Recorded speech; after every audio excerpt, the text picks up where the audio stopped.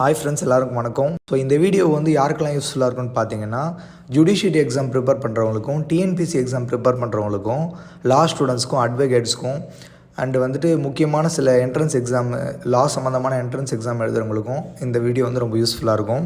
So இந்த வீடியோவை இந்த மாதிரி எக்ஸாம் ப்ரிப்பேர் பண்ணுறவங்களுக்கும் ஃப்ரெண்ட்ஸ் அண்ட் ஃபேமிலிக்கு ஷேர் பண்ணிக்கோங்க. போக்ஸ் ஆக்டில் மொத்தமாகவே 46 செக்ஷன்ஸ் தான் இருக்குது. ஸோ இந்த ஆக்ட் வந்து ரொம்பவே முக்கியமான ஆக்ட்டு. மெயினாக இந்த என்ட்ரன்ஸ் எக்ஸாம், கிளாட் போன்ற என்ட்ரன்ஸ் எக்ஸாமில் வந்து நிறைய கொஷின்ஸ் இதுலேருந்து வர்றதுக்கான வாய்ப்பு இருக்குது. ஸோ டைம் வேஸ்ட் பண்ணாமல் நம்ம வீடியோக்குள்ளே போயிடலாம். ஸோ சாப்டர் 1ல் எப்போவுமே என்ன பண்ணுவாங்கன்னு பார்த்தீங்கன்னா, டைட்டில் அண்டு கமென்ஸ்மெண்ட் அந்த எக்ஸ்டெண்ட் மட்டும்தான் கொடுத்துருப்பாங்க. ஸோ செக்ஷன் 1ல் பார்த்தீங்கன்னா short title, extent and commencement கொடுத்துருக்காங்க. ஆக்சுவலி இது எந்த ஆக்ட் எடுத்துக்கிட்டாலும் செக்ஷன் 1ல் இதோட டைட்டில் கொடுத்துருப்பாங்க. So this act may be called the protection of childrens from sexual offence 2012 அப்படின்றது தான் இந்த ஆக்டோட டைட்டில். ஸோ இது எங்கெல்லாம் வந்துட்டு எக்ஸ்டெண்ட், எது வரைக்கும் இது வந்து லிமிட்டேஷன் வரும்னு பார்த்தீங்கன்னா, ஹோல் த இந்தியா. இதுக்கு முன்னாடி ஜம்மு அண்ட் காஷ்மீருக்கு வந்து எக்ஸப்ஷன் கொடுத்துருப்பாங்க. ஸோ அது ஆக்ட் பாஸ் பண்ணதால் இப்போ வந்து ஹோல் த இந்தியாவுக்குமே இந்த போக்ஸ் ஆக்ட் பொருந்துன்றதை வந்து செக்ஷன் 1 சப்கிளாஸ் 2ல் கொடுத்துருப்பாங்க. அடுத்து வந்து பார்த்திங்கன்னா, என்றைக்கு இது ஃபோர்ஸ்க்கு வருன்றதை சப்கிளாஸ் 3ல் கொடுத்துருப்பாங்க. ஸோ இது வந்து கவர்மெண்ட் வந்து அஃபிஷியலாக அனௌன்ஸ் பண்ணுவாங்க. It shall become into force on such date as the central government may by notification in the official gazette appointed அப்படின்ற மாதிரி கொடுத்துருக்காங்க. ஸோ இது வந்து கவர்மெண்ட் ஒரு டேட் அனௌன்ஸ் பண்ணி கெசட்டில் பதிவு பண்ணுவாங்க. அந்த டேட் தான் வந்து இது ஃபோர்ஸ்க்கு வருன்றதை கொடுத்துருக்காங்க. ஸோ செக்ஷன் 1 வந்து ஓவர். இது ரொம்ப சிம்பிள் தான். அடுத்து பார்த்தீங்கன்னா செக்ஷன் 2ல் டெஃபினேஷன் கிளாஸ் கொடுத்துருக்காங்க. ஸோ டெஃபினேஷன் கிளாஸ் பார்க்குறதுக்கு முன்னாடி முக்கியமாக ஒரு இம்பார்ட்டன்ட் விஷயத்தை நம்ம பார்க்கணும். ஸோ டெஃபினேஷன்ஸ் வந்து எப்படி கொடுத்துருப்பாங்கன்னு பார்த்தீங்கன்னா, இப்போது அக்ராவேட்டட் செக்ஷுவல் அஃபென்ஸ்னால் இந்த இதோட டெஃபினேஷன் வந்து செக்ஷன் 5ல் இருக்கும் அப்படின்ற மாதிரி கொடுத்துருப்பாங்க. சிலது செக்ஷன் 6ல் இருக்குன்னு கொடுத்துருப்பாங்க. ஸோ நம்ம ஜஸ்ட் டைட்டில் மட்டும் பார்த்துட்டு செக்ஷன் 5ல் அதுக்கான எக்ஸாக்ட் எக்ஸ்ப்ளனேஷனை வந்து நம்ம அங்கே போய் பார்த்துப்போம்.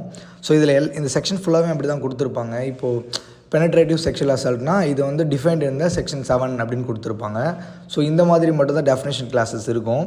ஆனால் எக்ஸாம் பாயிண்ட் ஆஃப் வியூவில் இதை வந்து நம்ம கேட்குறதுக்கான வாய்ப்பு இருக்குது. ஸோ செக்ஷன் 2ல் சப்கிளாஸ் 1ல் ஏ வந்து பார்த்திங்கன்னா, அக்ராவேட்டட் பெனட்ரேட்டிவ் செக்ஷுவல் அசால்ட் அப்படின்றது கொடுத்துருப்பாங்க. இதோட மீனிங் எங்கே இருக்குன்னு பார்த்தீங்கன்னா, செக்ஷன் 5ல் இருக்கும் அப்படின்னு கொடுத்துருப்பாங்க. இவ்வளோ தான் கொடுத்துருப்பாங்க. Aggravated penetrative sexual offence has the same meaning இந்த அசைன்டு டு இந்த செக்ஷன் ஆஃப் 5 இவ்வளோ தான் கொடுத்துருப்பாங்க. ஸோ இந்த மாதிரியாக தான் இந்த செக்ஷன் கிளாஸ் 2வே வந்து ஃபுல்லாகவே இப்படி தான் இருக்கும்.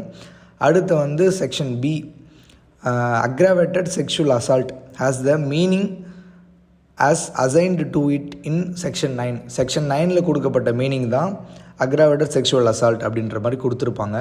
ஸோ இது என்னன்றதை டீட்டெயிலாக செக்ஷன் 9 பார்க்கும்போது நம்ம பார்த்துக்கலாம். அடுத்து வந்து பார்த்திங்கன்னா, armed forces and security forces, இது வந்து கிளாஸ் சியில் கொடுத்துருப்பாங்க. ஆர்ம்டு ஃபோர்ஸஸ் கீழே என்னென்ன வரும்னு பார்த்தீங்கன்னா, யூனியன் ஆன் செக்யூரிட்டி ஃபோர்ஸஸ்லாம் வரும். அண்டு வந்து போலீஸ் ஃபோர்ஸஸும் வந்து ஆர்ம்டு ஃபோர்ஸஸ் கீழே வரும். அடுத்து வந்து செக்ஷன் டியில் என்ன கொடுத்துருப்பாங்கன்னு பார்த்தீங்கன்னா, சைல்டுனா என்னென்னு கொடுத்துருப்பாங்க. ஸோ இது வந்து கொஷினாக நிறைய முறை வந்து ப்ரீவியஸ் இதில் வந்து கேட்டிருக்காங்க.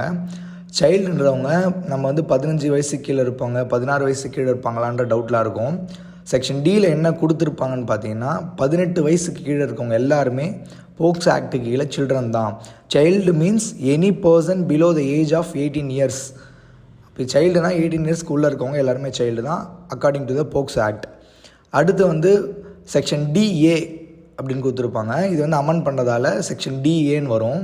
ஸோ சைல்டு போனோகிராஃபின்றது வந்து அமெண்ட் பண்ணி ஆட் பண்ணியிருப்பாங்க. ஸோ சைல்டு போனோகிராஃபின்னா means any visual depiction of sexual explicit conduct involving a child which includes photograph, அதாவது ஃபோட்டோவாக இருந்தாலும் சரி, வீடியோவாக இருந்தாலும் சரி, digital or computer generated image, AI இமேஜாக இருந்தாலும் சரி, or created, adapted or modified, ஒரு மாடிஃபை பண்ணி இந்த மார்ஃபிங் பண்ணின இமேஜாக இருந்தாலும் சரி, எதுவாக இருந்தாலும் சைல்டு போனோகிராஃபி கீழே தான் வந்து வரும் according to the section DA. ஓகேவா? சைல்டு போனோகிராஃபின்னா என்னன்றதை இந்த அமெண்டட் செக்ஷனில் வந்து மென்ஷன் பண்ணியிருப்பாங்க. அடுத்து கிளாஸ் சியில் வந்து என்ன கொடுத்துருப்பாங்கன்னு பார்த்தீங்கன்னா, டொமஸ்டிக் ரிலேஷன்ஷிப் அப்படின்றத கொடுத்துருப்பாங்க. ஸோ டொமஸ்டிக் ரிலேஷன்ஷிப்போட எக்ஸ்ப்ளனேஷன் எங்கே இருக்குதுன்னு பார்த்தீங்கன்னா, section 2 clause F of protection of women from domestic violence act 2005 இருக்குன்ற மாதிரி கொடுத்துருப்பாங்க. ஸோ ஜென்ரலாக இதை பற்றி தெரிஞ்சுப்போம். டொமஸ்டிக் ரிலேஷன்ஷிப்னால் என்னென்னு கொடுத்துருப்பாங்கன்னு பார்த்தீங்கன்னா, அந்த ஆக்டில் ஒரு 2 பர்சன்ஸ் வந்து ஒரே வீட்டில் வாழ்ந்திருந்தாலோ, சேம் ஹவுஸ் ஹோல்டு ஷேர்டு ஹவுஸ் ஹோல்டில் இருந்திருந்தாலோ, அல்லது இந்த கோர்ஸ் ஆஃப் மேரேஜ் அல்லது வந்து ஒரு அடாப்டட் ரிலேஷன்ஷிப்போ ஏதோ ஒரு வகையில் அவங்க ஒரே வீட்டில் ஒரே ஹவுஸில் வாழ்ந்திருந்து ஷேர்டு ஹவுஸ் ஹோல்டில் இருந்திருந்தால் அது வந்து டொமஸ்டிக் ரிலேஷன்ஷிப்பாக கருதலான்னு சொல்லிட்டு அந்த ஆக்டில் அந்த செக்ஷனில் கொடுத்துருப்பாங்க. ஸோ சேம் மீனிங் இங்கேயும் வரும். அடுத்து வந்து பார்த்திங்கன்னா class F penetrative sexual assault. Penetrative sexual அசால்ட்டோட meaning எங்கே இருக்குன்னு பார்த்தீங்கன்னா செக்ஷன் 3ல் நம்ம பார்ப்போம். ஸோ இதை வந்து இவ்வளோ தான் கொடுத்துருப்பாங்க. அடுத்து clause G prescribed means rules made under this act. ப்ரிஸ்கிரைப்டுனா இதில் இந்த ஆக்டில் சொல்லப்பட்டிருக்கக்கூடிய ரூல்ஸ் தான் வந்து ப்ரிஸ்கிரைப்டுன்னு சொல்லிட்டு ஜியில் வந்து கொடுத்துருப்பாங்க. அடுத்து வந்து ஹெச் வந்து பார்த்திங்கன்னா ரிலீஜியஸ் இன்ஸ்டியூஷன்.